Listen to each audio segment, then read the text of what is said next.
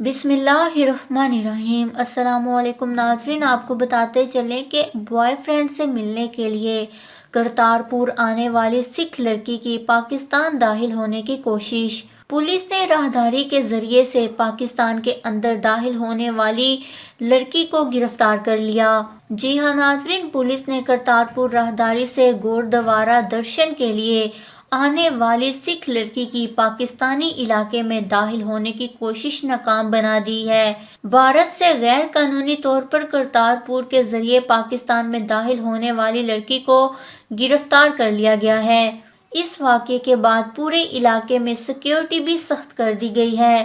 Pakistani visitors کے لیے گوردوارا سے واپسی پر بھی بائیو میٹرک لازمی قرار دے دی گئی ہے۔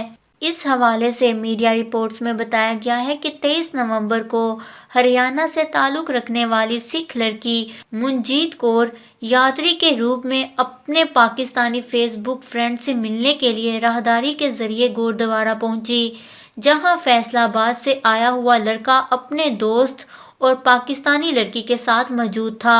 ان چاروں نے گوردوارا کی پہلی منزل پر جا کر ملاقات کی۔ ملاقات میں سکھ یاتری منجیت کور نے راہداری سے واپس جانے کے بجائے پاکستانی علاقے میں جانے کا منصوبہ بنایا۔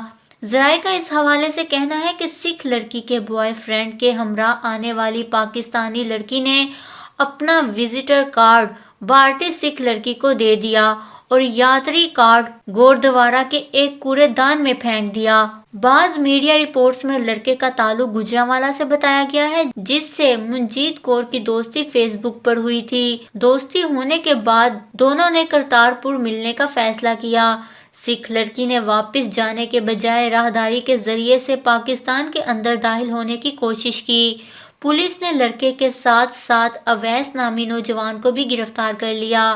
واضح رہے کہ کرتارپور راہداری کھلنے کے بعد جہاں سکھ برادری روزانہ کی بنیاد پر کرتارپور آتی ہے، وہیں پاکستانیوں کی بڑی تعداد بھی وہاں تفریح کے غرض سے موجود ہوتی ہے۔